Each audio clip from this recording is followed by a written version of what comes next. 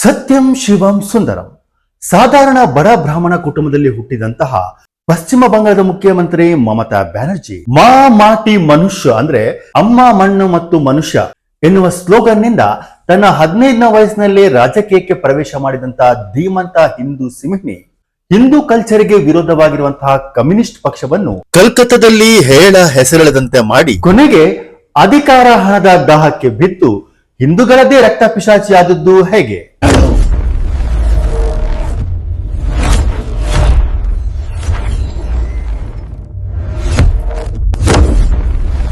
Park street ನಲ್ಲಿ gang rape ಆದಂತಹ ಹಿಂದೂ ಮಹಿಳೆಯನ್ನೇ ತಪ್ಪಿತಸ್ಥಂತೆ ಹೇಳಿದ ಮಮತಾ, ಗ್ಯಾಂಗ್ ರೇಪ್ ನಲ್ಲಿ ಭಾಗವಹಿಸಿದಂತಹ ಶೇಖ್ ಶಹಜಾನ್ಗೆ ಸಪೋರ್ಟ್ ಮಾಡಿದ ಮಮತಾ, ಆರ್ಜಿಕರ್ ಮೆಡಿಕಲ್ ಕಾಲೇಜ್ ನಲ್ಲಿ ಹಿಂದೂ ಡಾಕ್ಟರ್ ಒಬ್ಬಳ ರೇಪ್ ಅನ್ನು ಮುಚ್ಚಿಡಲು ಪ್ರಯತ್ನ ಪಟ್ಟಿದ್ದಲ್ಲದೆ ತನ್ನ ಪಾರ್ಟಿಗೆ ಮುಖಭಂಗವಾಗದಂತೆ ಎವಿಡೆನ್ಸ್ ಕೂಡ ಡಿಸ್ಟ್ರಾಯ್ ಮಾಡಿದ ಮಮತಾ, ಕೋಲಿಯಾ ಚಾಕ್ ರೈಟ್ಸ್ ನಲ್ಲಿ ಹಿಂದೂಗಳನ್ನು ಟಾರ್ಗೆಟ್ ಮಾಡಿದ ಮಮತಾ, 2016ರಲ್ಲಿ ಧೂಲಾಗರ್ ನಲ್ಲಿ ಹಿಂದೂಗಳ ಸರಣಿ ಮನೆಯನ್ನು ಧ್ವಂಸ ಮಾಡಿ ಸುಟ್ಟು ಹಾಕಿದ ಮಮತಾ, ಪಶ್ಚಿಮ ಬಂಗಾಳದಲ್ಲಿ ನಡೆಯುವಂತಹ ಎಲ್ಲಾ ಕಮ್ಯುನಲ್ ರೈಟ್ಸ್ ಗಳಿಗೆ ಹಿಂದೂಗಳನ್ನೇ ಟಾರ್ಗೆಟ್ ಮಾಡುವ ಮಮತಾ, ರಾಮನವಮಿ ದುರ್ಗಾ ಪೂಜಾ ಮಾಡದಂತೆ ಹಿಂದೂಗಳಿಗೆ ಬೆದರಿಕೆ ಹಾಕಿದ ಮಮತಾ, ಪುರಾಲಿಯಾದಲ್ಲಿ ಹಿಂದೂ ಸಾಧುಗಳ ಮೇಲೆ ಅಟ್ಯಾಕ್ ಮಾಡಿಸಿದ ಮಮತಾ.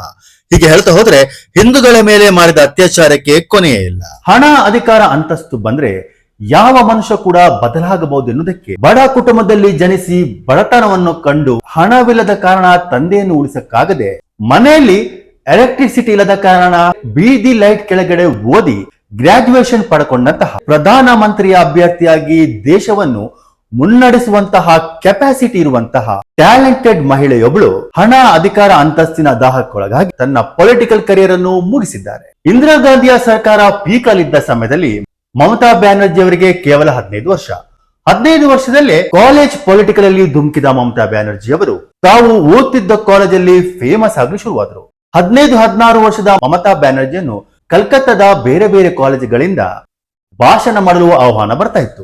ಇಂದಿರಾ ಗಾಂಧಿಯನ್ನು ಆದರ್ಶವಾಗಿ ತೆಗೆದುಕೊಂಡ ಮಮತಾ ಬ್ಯಾನರ್ಜಿ ಅವರು ಆವಾಗಿಂದಲೂ ಜನರಿಗೆ ಹತ್ತಿರವಾಗುವಂತಹ ಬಿಳಿ ಸೀರೆ ಮತ್ತು ಹವಾಯಿ ಚಪ್ಪಲನ್ನು ತನ್ನದಾಗಿಸಿಕೊಂಡಿದ್ರು. ಭಾರತ ದೇಶದ ಮಹಿಳೆಯರನ್ನು ಯಾವ ರೀತಿ ಸೆಳೆದುಕೊಳ್ಳಬೇಕೆನ್ನುವ ಟ್ರಿಕ್ ಅನ್ನು 15 ವರ್ಷದ ಮಮತಾ ಆಗಲೇ ಅಳವಡಿಸಿಕೊಂಡಿದ್ರು. ದೇಶಕ್ಕೆ ಅಮ್ಮ ಆಗಿದ್ದ ಇಂದಿರಾ ಗಾಂಧಿಯವರ ಫುಟ್ ಸ್ಟೆಪ್ ಅಲ್ಲೇ ಮುಂದುವರೆದ ಮಮತಾ ಬ್ಯಾನರ್ಜಿ ತನ್ನ ಡೇರ್ ಡೆವಿಲ್ ನೇಚರ್ ರಿಂದ ಕಾಂಗ್ರೆಸ್ನ ಹೈಕಮಾಂಡ್ ನ ಕಣ್ಣಿಗೆ ಬೀಳ್ತಾರೆ. 1977ರ ಸಮಯ ದೇಶವನ್ನ ತುರ್ತು ಪರಿಸ್ಥಿತಿಗೆ ನೂಕಿದಂತಹ ಇಂದಿರಾ ಗಾಂಧಿ ಅವರು ಹೊಸ ಎಲೆಕ್ಷನ್ ಘೋಷಣೆ ಮಾಡಿದ್ರು. ಜೈಲಿನಲ್ಲಿದ್ದಂತಹ ಅಪೋಸಿಷನ್ ಲೀಡರ್ಸ್ ಗಳನ್ನು ಬಿಡುಗಡೆ ಮಾಡ್ತಿದ್ರು. ಜಯಪ್ರಕಾಶ್ ಎನ್ನುವ ಲೋಕನಾಯಕ ಬೆಂಗಾಲಕ್ಕೆ ಎಲೆಕ್ಷನ್ ಸ್ಪೀಚ್ಗೆ ಬಂದಿದ್ರು. ತುಂಬಿದ ಸಭೆಯನ್ನು ಭೇದಿಸಿ 16 ವರ್ಷದ ಸಾಮಾನ್ಯ ಹುಡುಗಿಯೊಬ್ಬಳು ಎಲ್ಲಾ ಸೆಕ್ಯೂರಿಟಿಗಳನ್ನು ಭೇದಿಸಿ ಜಯಪ್ರಕಾಶರ ಕಾರಿನ ಮುಂದೆ ಧರಣಿ ಹೂಡಿ ರಸ್ತೆ ಮಧ್ಯದಲ್ಲೇ ಮಲಗ್ಬಿಡ್ತಾಳೆ. ಆ ಹುಡುಗಿ ಹೆಸರೇ ಮಮತಾ ಬ್ಯಾನರ್ಜಿ. ಕಲ್ಕತ್ತಾದಲ್ಲಿ ಕಮ್ಯುನಿಸ್ಟ್ ಪಕ್ಷ ಡಾಮಿನೇಟಿಂಗ್ ಮಾಡ್ತಿದ್ದ ಸಮಯವದು. ಇಂದಿರಾ ಗಾಂಧಿಯ ಸರ್ಕಾರದಿಂದ ಬೇಸತ್ತ ಭಾರತೀಯರು ಮೊರಾರ್ಜಿ ದೇಸಾಯಿ ಸರ್ಕಾರವನ್ನು ಆರಿಸಿಕೊಂಡಿದ್ದ ಸಮಯ. ಮೊರಾರ್ಜಿ ದೇಸಾಯಿ ಸರ್ಕಾರದ ವಿರುದ್ಧ ಕೂಡ ಮಮತಾ ಬ್ಯಾನರ್ಜಿ ರೌದ್ರ ಅವತಾರ ತಾಳುತ್ತಾರೆ. ಸುಬ್ರತೋ ಮುಖರ್ಜಿಯ ಲೀಡರ್ಶಿಪ್ ನಲ್ಲಿ ಮಮತಾ ಬ್ಯಾನರ್ಜಿ ಕಾಂಗ್ರೆಸ್ನ ಎಲ್ಲಾ ಹೋರಾಟಗಳಲ್ಲಿ ಭಾಗವಹಿಸುತ್ತಾರೆ. ಇಂದಿರಾ ಗಾಂಧಿಯ ಹತ್ಯೆಯ ನಂತರ ರಾಜೀವ್ ಗಾಂಧಿ ಅವರು ಕಾಂಗ್ರೆಸ್ನ ಕಮಾಂಡ್ ಅನ್ನು ತೆಗೆದುಕೊಳ್ಳುತ್ತಾರೆ. ಬಂಗಾಳದಲ್ಲಿ ಆಗಾಗ್ಲೇ ಮಮತಾ ಬ್ಯಾನರ್ಜಿ ಕಾಂಗ್ರೆಸ್ನ ಹೆಸರುವಾಸಿ ಮುಖವಾಗಿದ್ರು. ಎಡಪಂಥೀಯ ಲೀಡರ್ ಸೋಮನಾಥ್ ಚಟರ್ಜಿಯ ವಿರುದ್ಧ ರಾಜೀವ್ ಗಾಂಧಿ ಅವರು ಮಮತಾ ಬ್ಯಾನರ್ಜಿಯನ್ನು ಕಣಕ್ಕಿಳಿಸುತ್ತಾರೆ. ಸೋಮನಾಥ್ ಚಟರ್ಜಿ ಅಂತ ಪ್ರಬಲ ನಾಯಕರನ್ನು ಸೋಲಿಸಿ ಮಮತಾ ಬ್ಯಾನರ್ಜಿ 19,000 ವೋಟ್ ನಂತರದಲ್ಲಿ ಮೊದಲ ಬಾರಿಗೆ ಕಲ್ಕತ್ತಾದ ಸಂಸದರಾಗುತ್ತಾರೆ. ಎಡಪಂಥೀಯರು ಬೆಂಗಾಳವನ್ನು ಆಳಿ 13 ವರ್ಷ ಕಳೆದಿತ್ತು. 1990ರ ಸಮಯದಲ್ಲಿ ಮಮತಾ ಬ್ಯಾನರ್ಜಿ ಎಡಪಂಥೀಯ ಸರ್ಕಾರವನ್ನು ತೀವ್ರವಾಗಿ ವಿರೋಧಿಸುತ್ತಾರೆ. ಕಮ್ಯುನಿಸ್ಟ್ ಗೂಂಡಾಗಳಿಂದ ಬಲವಾದ ಏಟು ಬೀಳುತ್ತೆ. ತಲೆ ಹೊಡೆದ ಮಮತಾ ಬ್ಯಾನರ್ಜಿ ಆಸ್ಪತ್ರೆಗೆ ದಾಖಲಾಗುತ್ತಾರೆ. ಮಮತಾ ಬ್ಯಾನರ್ಜಿ ಉಳಿಯುವುದೇ ಕಷ್ಟ ಅಂತ ಘೋಷಣೆಯಾಗುತ್ತೆ. ರಾಜೀವ್ ಗಾಂಧಿ ಅವರು ಮಮತಾರ ಎಲ್ಲ ಹಾಸ್ಪಿಟಲ್ ಖರ್ಚನ್ನು ಭರಿಸುತ್ತಾರೆ. ಸಾವಿನ ದವಡೆಯಿಂದ ಹೊರಗೆ ಬಂದ ಮಮತಾ ಬ್ಯಾನರ್ಜಿ ಅವರು ಕಲ್ಕತ್ತಾ ಕಾಂಗ್ರೆಸ್ನ ಅಧ್ಯಕ್ಷರಾಗುತ್ತಾರೆ. ರಾಜೀವ್ ಗಾಂಧಿಯ ಹತ್ಯೆಯ ನಂತರ ಮಮತಾ ಒಬ್ಬಂಟಿಯಾಗುತ್ತಾರೆ. ಕೋಲ್ಕತ್ತಾದಲ್ಲಿ ಮೂಕ ಹುಡುಗಿಯೊಬ್ಬಳ ರೇಪ್ ಆಗುತ್ತೆ.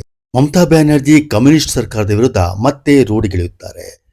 ಪೊಲೀಸರು ಮಮತಾ ಬ್ಯಾನರ್ಜಿಯನ್ನು ಜೈಲಿಗೆ ತಳ್ಳುತ್ತಾರೆ. ಕಾಂಗ್ರೆಸ್ನಲ್ಲಿ ಭವಿಷ್ಯ ಕಾಣದ ಮಮತಾ ಬ್ಯಾನರ್ಜಿ ಅವರು ಕಾಂಗ್ರೆಸ್ನಿಂದ ಹೊರಗೆ ನಡೆದು ತನ್ನದೇ ಆದಂತಹ ತೃಣಮೂಲ್ ಕಾಂಗ್ರೆಸ್ ಪಕ್ಷವನ್ನ ಕಟ್ಟುತ್ತಾರೆ. ಮೈತ್ರಿಯನ್ನು ಇನ್ನಷ್ಟು ಬಲಗೊಳಿಸಲು ಬಿಜೆಪಿ ಜೊತೆ ಮಮತಾ ಬ್ಯಾನರ್ಜಿ ಕೈ ಜೋಡಿಸುತ್ತಾರೆ. 1999ರ ಲೋಕಸಭಾ ಎಲೆಕ್ಷನ್ನಲ್ಲಿ ಮಮತಾ ಪಾರ್ಟಿ 7 ಸೀಟು ಗೆದ್ದು ಮಮತಾ ಬ್ಯಾನರ್ಜಿ ಬಿಜೆಪಿ ಸರ್ಕಾರದಲ್ಲಿ ರೈಲು ಮಂತ್ರಿ ಆಗುತ್ತಾರೆ. ಟಾಟಾ ಗ್ರೂಪ್ 2006ನೇ ಇಸ್ವಿಯಲ್ಲಿ 1 ಲಕ್ಷದ ನ್ಯಾನೋ ಕಾರನ್ನು ಲಾಂಚ್ ಮಾಡಲು ತಯಾರಿ ನಡೆಸುತ್ತಿತ್ತು. ನ್ಯಾನೋ ಪ್ಲಾಂಟ್ಗಾಗಿ ಬೆಂಗಾಳದಲ್ಲಿ ಕಮ್ಯುನಿಸ್ಟ್ ಸರ್ಕಾರ ರೈತರ ಭೂಮಿಯನ್ನು ಕಬಳಿಸಿತ್ತು. ಮಮತಾ ಕಮ್ಯುನಿಸ್ಟ್ ಸರ್ಕಾರದ ವಿರುದ್ಧ ಮತ್ತೆ ಧರಣಿ ಹೂಡುತ್ತಾರೆ. ಈ ಬಾರಿ ಅವರಿಗೆ ಸಾಮಾಜಿಕ ಕಾರ್ಯಕರ್ತರ ಬೆಂಬಲ ಕೂಡ ಸಿಗುತ್ತೆ. ಮಮತಾರ ತೀವ್ರ ಹೋರಾಟದ ನಂತರ ಟಾಟಾ ನ್ಯಾನೋ ಪ್ಲಾಂಟ್ ಕಲ್ಕತ್ತಾದಿಂದ ತೆರವುಗೊಳಿಸಲಾಗುವುದು. ಈ ಹೋರಾಟ ಆದ ಮೇಲೆ ಮಮತಾ ಕಲ್ಕತ್ತಾದಲ್ಲಿ ಮನೆ ಮನೆ ಮಾತಾಗುತ್ತಾರೆ, ಸಾಮಾನ್ಯ ಜನಗಳಿಗೆ ಹತ್ತಿರವಾಗುತ್ತಾರೆ. 2011ರ ವಿಧಾನಸಭಾ ಎಲೆಕ್ಷನ್ ನಲ್ಲಿ ತೃಣಮೂಲ ಕಾಂಗ್ರೆಸ್ 227 ಸೀಟು ಗೆಲ್ಲುತ್ತೆ. ಕೋಲ್ಕತ್ತಾದಲ್ಲಿ ಕಮ್ಯುನಿಸ್ಟ್ ಯುಗವನ್ನು ಕೊನೆಗೊಳಿಸಿದ ಮಮತಾ ಬ್ಯಾನರ್ಜಿ ಕೋಲ್ಕತ್ತಾದಲ್ಲಿ ಹೊಸ ಮುಖ್ಯಮಂತ್ರಿಯಾಗಿ ಪ್ರಮಾಣ ವಚನ ಸ್ವೀಕರಿಸುತ್ತಾರೆ. ಕೋಲ್ಕತ್ತಾದ ಜನ ಹೊಸ ಸರ್ಕಾರವನ್ನು ಅಭೂತಪೂರ್ವವಾಗಿ ಸ್ವಾಗತಿಸುತ್ತಾರೆ. ಬಂಗಾಳದಿಂದ ನಶಿಸಿ ಹೋದಂತಹ ರಿಚ್ ಕಲ್ಚರ್ ಅನ್ನು, ಬಂಗಾಳದಿಂದ ನಶಿಸಿ ಹೋದಂತಹ ವ್ಯಾಪಾರ ವಹಿವಾಟುಗಳನ್ನು, ಅಸ್ತವ್ಯಸ್ತವಾಗಿರುವ ಜನರ ಜೀವನವನ್ನು ಮಮತಾ ಬ್ಯಾನರ್ಜಿ ಮತ್ತೆ ಹಾದಿಗೆ ತರುತ್ತಾರೆ ಅಂತೇಳಿ ನಂಬಿದ್ದ ಕಲ್ಕತ್ತಾದ ಬೆಂಗಾಳಿ ಜನಗಳಿಗೆ ಭರಭರುತ್ತಾ ನಿರಾಸೆ ಕಾದಿತ್ತು. ಕೇವಲ ತಾನು ಗೆಲ್ಲಬೇಕು, ತನ್ನ ಪಕ್ಷ ಅಧಿಕಾರದಲ್ಲಿರಬೇಕು ಎನ್ನುವ ಒಂದೇ ಕಾರಣಕ್ಕೆ ಮಮತಾ ಬ್ಯಾನರ್ಜಿ ಬಾಂಗ್ಲಾದೇಶದ ನುಸುಳುಕೋರರಿಗೆ ಎಲ್ಲಾ ರೀತಿಯ ಐಡಿಗಳನ್ನು ಪ್ರೊವೈಡ್ ಮಾಡಿ ಅವರನ್ನು ವೋಟ್ ಬ್ಯಾಂಕ್ ಆಗಿ ಬಳಸಲು ಶುರು ಮಾಡಿದ್ರು. ವೋಟ್ ಬ್ಯಾಂಕ್ ಆಗಿರುವ ಮುಸ್ಲಿಮರ ಒಲ್ಲೇಖೆ ಮಾಡಲಿಕ್ಕಾಗಿ ಹಿಂದೂಗಳನ್ನು ಸಂಪೂರ್ಣವಾಗಿ ನೆಗ್ಲೆಕ್ಟ್ ಮಾಡಲಾಯಿತು. 2021ರ ಇಸ್ವಿನ ಎಲೆಕ್ಷನ್ ನಲ್ಲೇ ಮಮತಾ ಬ್ಯಾನರ್ಜಿ ಸೋಲ್ಬೇಕಾಗಿತ್ತು. ಆದ್ರೆ ಆ ಸಮಯದಲ್ಲಿ ಮೋದಿ ಸರ್ಕಾರ ಬೆಂಗಾಲ್ನ ಎಲೆಕ್ಷನ್ ಅನ್ನು ಅಷ್ಟಾಗಿ ಸೀರಿಯಸ್ ಆಗಿ ತಗೊಂಡಿರಲಿಲ್ಲ. ಆದ್ರೆ ಈ ಬಾರಿ 2026ನೇ ಇಸ್ವಿಯಲ್ಲಿ ಮೋದಿ ಸರ್ಕಾರ ಮತ್ತು ಅಮಿತ್ ಶಾ ರವರು ಬೆಂಗಾಳದ ಎಲೆಕ್ಷನ್ ಅನ್ನು ಸೀರಿಯಸ್ ಆಗಿ ತಕೊಂಡು ಬೆಂಗಾಳದಲ್ಲೇ ಬೀಡು ಬಿಟ್ಟಿದ್ದಾರೆ. ಕಳೆದ 15 ವರ್ಷಗಳಲ್ಲಿ ಬಾಂಗ್ಲಾವನ್ನ ಸಿಂಗಾಪುರ್ ಮಾಡಬಹುದಿತ್ತು. ಭಾರತದ ಇತರ ಸ್ಟೇಟ್ಗಳಿಗೆ ಮಾದರಿಯಾಗುವಂತಹ ಸ್ಟೇಟ್ ಅನ್ನು ಬಿಲ್ಡ್ ಮಾಡಬಹುದಿತ್ತು. ಬಾಂಗ್ಲಾದೇಶದ ನುಸುಳುಕೋರರನ್ನು ಬಳಸಿಕೊಂಡು ಗೆಲ್ಲುವುದಕ್ಕಿಂತ ಬಾಂಗ್ಲಾದೇಶದ ಪ್ರಜೆಗಳ ಓಟು ಪಡೆದುಕೊಳ್ಳಲು ವ್ಯಯಿಸುವ ಹಣವನ್ನು ಕಲ್ಕತ್ತಾದ ಪ್ರಜೆಗಳ ಮೇಲೆ, ಬಾಂಗ್ಲಾ ಪ್ರಜೆಗಳ ಮೇಲೆ ವ್ಯಯಿಸಬೇಕಾಗಿತ್ತು. ಹಿಂದೂಗಳನ್ನು ಕಡೆಗಣಿಸಿ ಕೇವಲ ಮುಸ್ಲಿಂ ಓಟಿಂದ ಗೆಲ್ಲುತ್ತವೆ ಎನ್ನುವ ಭ್ರಮೆಯಲ್ಲಿದ್ದ ಕಾಂಗ್ರೆಸ್ ಅನ್ನು ಭಾರತೀಯರು ಹೇಳ ಹೆಸರಿಲ್ಲದಂತೆ ನೀರು ಕುಡಿಸಿದ್ದಾರೆ. ಹಿಂದೂ ಕಲ್ಚರ್ ವಿರುದ್ಧ ಇರುವಂತಹ ಕಮ್ಯುನಿಸ್ಟ್ ಪಕ್ಷ ಕೇರಳದಿಂದ ಕೂಡ ಜಾಗ ಕಿತ್ತುಕೊಂಡಿದೆ. ಈ ಬಾರಿ ಬೆಂಗಾಳದಲ್ಲಿ ಎಲೆಕ್ಷನ್ ಆಗುವ ಮೊದಲೇ ಮೋದಿ ಸರ್ಕಾರ SIR ಅನ್ನು ಜಾರಿಗೆ ತಂದಿತ್ತು. ಅಂದ್ರೆ ದೇಶದ ಜನಗಳನ್ನು ಬಿಟ್ಟು ಹೊರ ದೇಶದವರು ಯಾರು ಎಲೆಕ್ಷನ್ ನಲ್ಲಿ ವೋಟ್ ಮಾಡದಂತೆ ಕಾನೂನು ತಂದಿತ್ತು. ಇದರಿಂದ ಬಾಂಗ್ಲಾದೇಶಿಗಳ 90 ಲಕ್ಷ ವೋಟರ್ ಐಡಿ ನಿಷ್ಕ್ರಿಯವಾಗಿದೆ. ಕಳೆದ 15 ವರ್ಷಗಳಿಂದ ಗೂಂಡಾಗಿರಿ ಮಾಡಿ ಎಲೆಕ್ಷನ್ ವಿನ್ ಆಗುತ್ತಿದ್ದ ಮಮತಾ ಬ್ಯಾನರ್ಜಿಗೆ ಈ ಬಾರಿ ಮೋದಿ ಸರ್ಕಾರ ಶಾಕ್ ಅನ್ನು ಕೊಟ್ಟಿದೆ. ಎಲೆಕ್ಷನ್ ನಡೆಯುವ ಮುನ್ನವೇ ಮೋದಿ ಸರ್ಕಾರ ಸೆಂಟ್ರಲ್ ನಿಂದ ಸೈನಿಕರ ದಂಡನ್ನೇ ಬೆಂಗಾಲ್ನಲ್ಲಿ ಬೀಡು ಬಿಟ್ಟಿದೆ. ಇಷ್ಟೆಲ್ಲ ಆದ್ರೂ ಅಲ್ಪ ಸ್ವಲ್ಪ ಮಟ್ಟಿನ ಗೂಂಡಾಗಿರಿ ಗಲಾಟೆ ನಡೆದಿದೆ. ಭಾರತ ದೇಶಕ್ಕೆ ಸಿಕ್ಕಂತ ಎಲ್ಲಾ ನಾಯಕರುಗಳು, ಸ್ಪೆಷಲಿ ಲೇಡೀಸ್ ನಾಯಕರುಗಳಾದಂತಹ ಇಂದಿರಾ ಗಾಂಧಿ ಆಗಿರ್ಲಿ, ಜಯಲಲಿತಾವಾಗಿರ್ಲಿ, ಮಮತಾ ಬ್ಯಾನರ್ಜಿ ಆಗಿರ್ಲಿ, ದೇಶವನ್ನು ಅಮೆರಿಕ ಲೆವೆಲ್ಗೆ ಕೊಂಡು ಹೋಗುವಂತಹ ಟ್ಯಾಲೆಂಟ್ ಹೊಂದಿದಂತ ನಾಯಕರುಗಳು. ಹಣದ ದಾಹ ಮತ್ತು ಅಧಿಕಾರದ ಆಸೆ ಬಿಟ್ಟು ದೇಶದ ಒಳಿತಿಗಾಗಿ ಕೆಲಸ ಮಾಡ್ತಿದ್ರೆ ಭಾರತ ದೇಶ ಇವಾಗ ಎಲ್ಲೋ ಇರ್ತಿತ್ತು. ನಿಮ್ಮ ಅನಿಸಿಕೆಗಳನ್ನು ಕಮೆಂಟ್ ಮಾಡಿ ತಿಳಿಸಿ. ಜೈ ಹಿಂದ್, ಜೈ ಕರ್ನಾಟಕ.